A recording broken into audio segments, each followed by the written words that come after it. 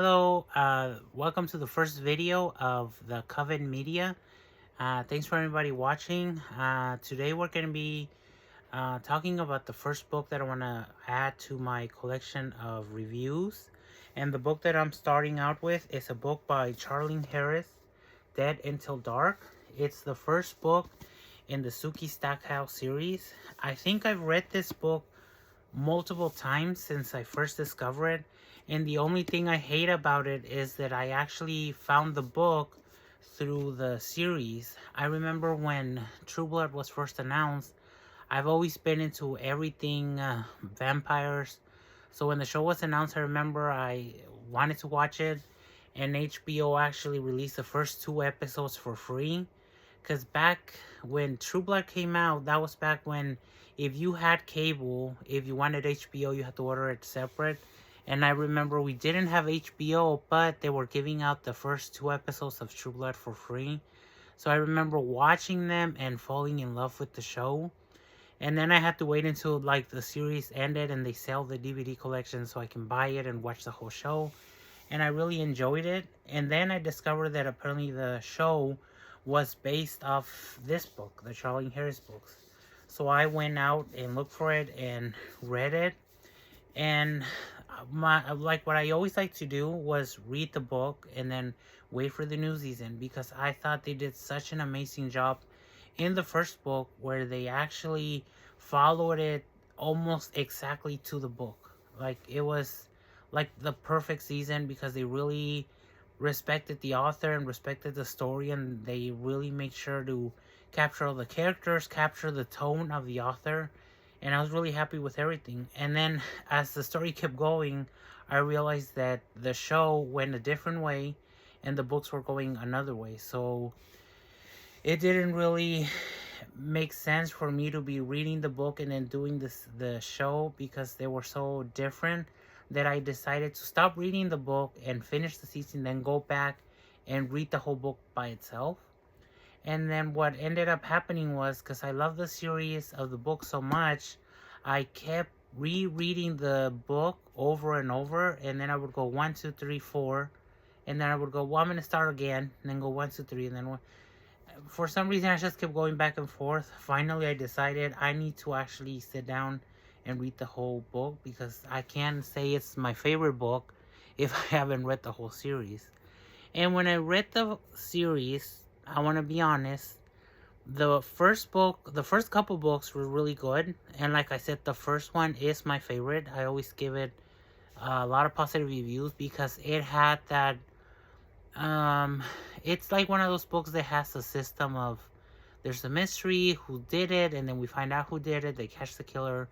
It had like this, like the system. A lot of books do that where they are really good in keeping up with making sure they have a way that the book is written, so we all know how it's going to start, what's the middle, what's the end. And maybe some people don't like that, but I actually like those books. A lot of like the cozy mystery books have that type of system, and I really enjoyed it. And I think this book, the Dead Until Dark series, the Sookie Stackhouse series, and this book in particular really follow this system. And later on, oh, excuse me, I actually started reading her other books by Charlaine Harris, and I realized that a lot of her books are like that. They have that way of where the story starts, the character going through it, and then in the end we discover who's the one who did it. And I really enjoy that. And I ended up reading the Aurora Tea Garden books first before reading the Sookie Stackhouse series, and I really enjoyed them. And then when I came into these books, I said I'm gonna get all of them. These I think are 13 books, and then they have some companions books that follow it. They have like mini stories in that. But when I started reading these books, which I thought were like my favorite because they have vampires and they have paranormal stuff and all of that, I ended up not really enjoying the last couple books because they almost felt like they were being rushed, or like maybe they weren't following that system anymore. They were a little different. I think towards the end, some of the books were a little more adult content too. Like the beginning of the books didn't really have that, and then towards the end they changed a little. And I did see some interviews where I think Charlaine Harris was asked to at least do a certain number of books. So maybe that's the reason why she was having trouble with the last books, or I don't know if it was me. Then maybe at the end I wasn't as in love with the characters as before. But with the other books that she wrote, I read the whole series and I really enjoyed them. With these ones, somewhere towards the end they got a little different. The system went a different way. The characters went a different way. And the reason why I waited for the season of the show to end was because I didn't want the show to influence what I thought about the books. I wanted to have them separate. And I actually read the books years after the season ended, so it wasn't like I just watched the show, so maybe that's why I didn't like the books. It was far enough that the books were fresh. And when I read the first one, I'm in love with the first one. I really like the way they did it. As the books continue, not really. But I've only read them once, so I'm actually going back and starting with the first one and then going and reading all the other books, and maybe I'll have a different opinion. But I'm going to review each book separate. So to start out with, Charlaine Harris, Dead Until Dark, I'm going to give it 5 stars because it's my favorite. I actually had a tiny version of it, like the paperback. It's somewhere somewhere in my bookshelf up there. And then the one I wanted was a hardcover book. And I thought this one was going to be like bigger, but it's actually small compared to the other books. But when I found it at a good price. It was like brand new, so I bought it. And this is the book that I'm hoping that one day I'll meet Charlaine Harris and she can sign this book because this one's my favorite. And something I also like is the artwork. Look how cool it looks. It has that little shine. And every single cover of the books looks like they were painted specifically by the same artist. I don't know if it is the same artist, but I really enjoyed the cover and everything about this book, the way they look. And basically, if we talk about this book, it starts out where we meet Sookie Stackhouse. Sookie Stackhouse is a waitress that works at Merlot's, and she is a telepath. And this is like I said, in the first book, we just know she's a telepath. We don't know anything else. Maybe we know what she is now, but we didn't know in this book. And then at the same time, we discover that they are vampires. And unlike other books where the vampires are like hiding in the dark, these vampires just came out of the coffin. And they're telling everybody, and they're asking for their rights. And they're asking to be treated like everybody else because they also have rights and they also exist. And so there's this political aspect of it where vampires, you can see them in what's going on with the government right now, and you can see yourself with with the vampires because they're asking for rights because they're also American and they want to be part of here and pay taxes and be able to own houses, be able to own land, be able to get married. And then we have this paranormal world that we usually be in secret. Now everyone knows about it. So then we have this small town, Bon, the name I can never pronounce, Bontom. That's how you pronounce it. It has to be like Cajun, French or something. I can never pronounce the name.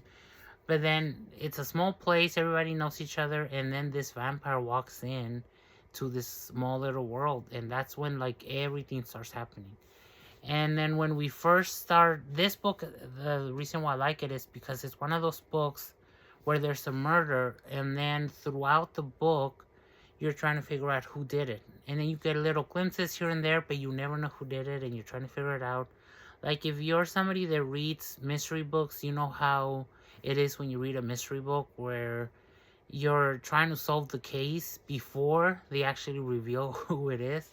And actually, I've read this book so many times that I don't know if I actually solved it before it ended or not, because I always know who it is because I've read it. So, but I wish I could remember if the first time I read it, if I didn't know who it was, or if maybe I figured it out before. But what I like about the book was that it had that the great characters. It had that small town vibe where everybody knows each other. You start falling in love with all the separate characters, even though Sookie is like the main character, and then Bill Compton is the vampire. He's one of also the main characters. But then you have Sam, who owns Merlot's, and then you have Tara, the best friend, and then you get introduced to Eric and Pam, and all of a sudden you have all these characters, and everybody has... I move the camera. And then all of a sudden, we all have like a favorite character and a side character. And it all feels like this family, even though some of them hate each other. You get so used to these characters, you feel so familiar with them. That's what I like about the Charlaine Harris books. And that's what I like about her writing, because she is really good in making these amazing characters. They feel very familiar, very friendly. And I really enjoy the fact that when she writes books, it almost feels like she's writing for the average person, for like a wider audience. She's not trying to be pretentious. She's not trying to make these incredible, like, mind-setting characters. Like, if I had to compare her to Anne Rice's books, which right now I'm actually reading Interview with the Vampire, her characters are very in their head. They're very like, this is what I'm going through. And these characters, you see, it's all like horrible death and stuff, but there's a lot of comedy, so it's very light. It feels like a light reading, and that's what I like about the book. And then throughout the whole book, you're seeing the strange girl in the neighborhood is Sookie. Before vampires, they knew that something was different about her. You knew that she was strange. Nobody liked her. People were maybe cautious about her because they thought maybe she was psychic or a medium or something. They never really understood her power. And then on top of it, she didn't really know. She understood her power to the point where she knew what she could do, but she didn't know why she had that. How can she do all that stuff? So I think it was always difficult for her to fit in with everybody else, and she always had trouble dating because of her able to read the men's mind. It wasn't easy for her to go out on dates. And then as when we see her being introduced to the vampire, we start seeing that it's easy for her to talk with him because she can't really read her mind. And that's something different from the show and the book, because in the books she can read their minds, but every once in a while she can pick something up from them. And I thought that was cool. Like, maybe the more time she spent with them, the easier it was getting for her to get into their mind. But I think in the series, she was never able to read their minds, and that was the big thing that they never added in the series.